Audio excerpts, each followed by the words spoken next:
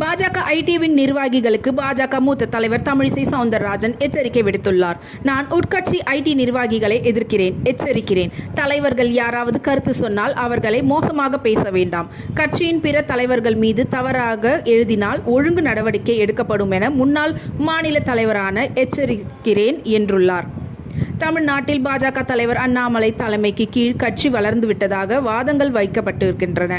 ஆனால் பெரிய வளர்ச்சி எல்லாம் தமிழ்நாட்டில் பாஜகவிற்கு ஏற்படவில்லை என்பதை தேர்தல் முடிவுகள் காட்டுகின்றன. தமிழக பாஜக வாக்கு சதவீதம் அடிப்படையின் பார்த்தால் 2014ஆம் ஆண்டு 5.5%, 2019ஆம் ஆண்டு 3.7%, 2024ஆம் ஆண்டு 10.7%. ஆனால் 2014இல் பாஜக அதிமுக கூட்டணியில் இல்லை. அப்போது அவர்கள் போட்டியிட்டது 8 சீட்டுகள்.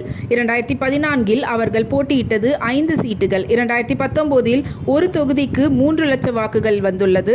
2014இல் ஒரு தொகுதிக்கு சராசரியாக 2,77,945 வாக்குகள் வந்துள்ளது. ஆனால் 2024இல் 23 இடங்களில் பாஜக சின்னம் நின்றுள்ளது. பாரிவேந்தர், தேவநாதன் யாதவ் எல்லாம் சேர்த்து இதில் தொகுதிக்கு 1.7 லட்சம் வாக்குகள் என்று பாஜக சுருக்கியுள்ளது.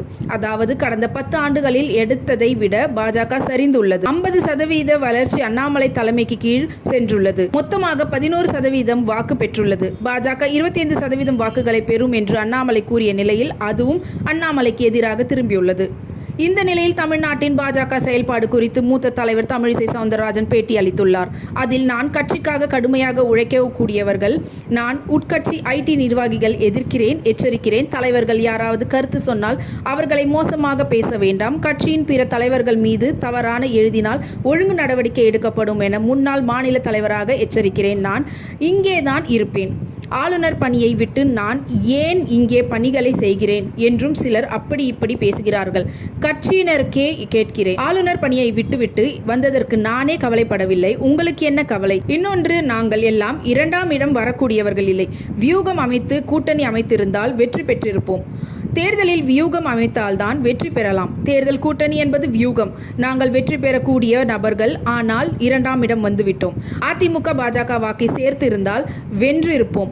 கூட்டணி என்றால் கட்சி மோசம் போய்விட மாட்டோம். கூட்டணி வைக்கலாம் என்று நாங்கள் வியூகத்தை அமைத்தோம். சகோதரர் அண்ணாமலைக்கு அதில் விருப்பமில்லை, அதனால் செய்யவில்லை. அண்ணாமலையிடம் அதை நீங்கள் கேட்கலாம். எனக்கு கருத்து இருந்தால் நான் சொல்வேன். நான் மாநில தலைவரை எதிர்க்கிறேன் என்று சொல்ல மாட்டேன். கூட்டணி அமைத்தால் வென்றிருப்போம் என்று கூறுகிறேன். அவ்வளவுதான் என்றுள்ளார்.